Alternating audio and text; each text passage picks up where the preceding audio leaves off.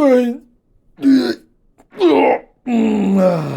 so another minute has passed and I'm back with Transformers review part I can't remember because it's been like a month. Anyway, today we're doing this guy, Core Class Slug.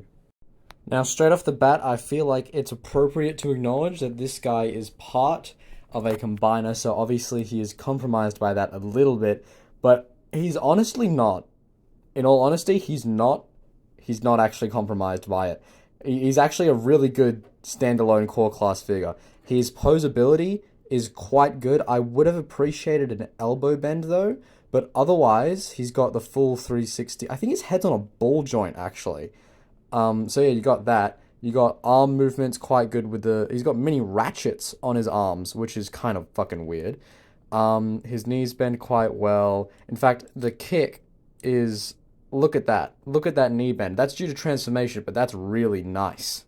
So anyway, I'd say he's got quite a nice robot mode. Alright, here's his alt mode, and you'll see that his weapon storage, his little blaster, is his tail, which I really, really like, actually, about this figure. You don't have any ugly weapon storage, like it just being chucked on the bottom, or just on the back or anything. It's actually part of the mode. So I think that's really cool. And you have some posability carrying over from your robot mode in the arms that have been just kind of flipped around. The underside doesn't look too appealing on this mode, but it's fine. I'd say he looks pretty good though. On the top, his legs move, unlike a certain piece of shit I could mention. Even his mouth is articulated. That's due to transformation, but it's still articulated. And I actually really like this alt mode for Slug. Yeah. Now, you may have already noticed, but this blaster slash tail thing is actually where they keep the head for Volcanicus. Now, I would just like to quickly mention that this thing in this slot is very loose. Like, it falls out all the time for me. More when it's in blaster than when it's a tail, but it's there, and I think that's pretty creative hiding for this figure. So, yeah. Alright, so here is his torso for Volcanicus. It's pretty simple, not much different to his alt mode, actually, and I have Sludge, they're the fucking same name. I have him already here pre-prepared in his mode, so I'll just stick these guys together and I'll show you what they look like so far.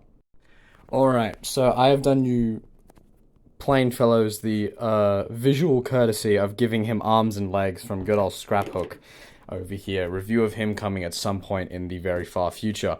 So anyway, this is what he looks like fully combined, and honestly, the torso area and that looks really good. I actually really like how that looks. How they do the knees here isn't great. It also kind of, because you'll notice the legs are backwards. That disallows me putting them the right way, which is a little unfortunate if you're going to combine this guy with Scraphook. You'll have to put the legs backwards, which compromises your angle tilt. But I think this looks really cool.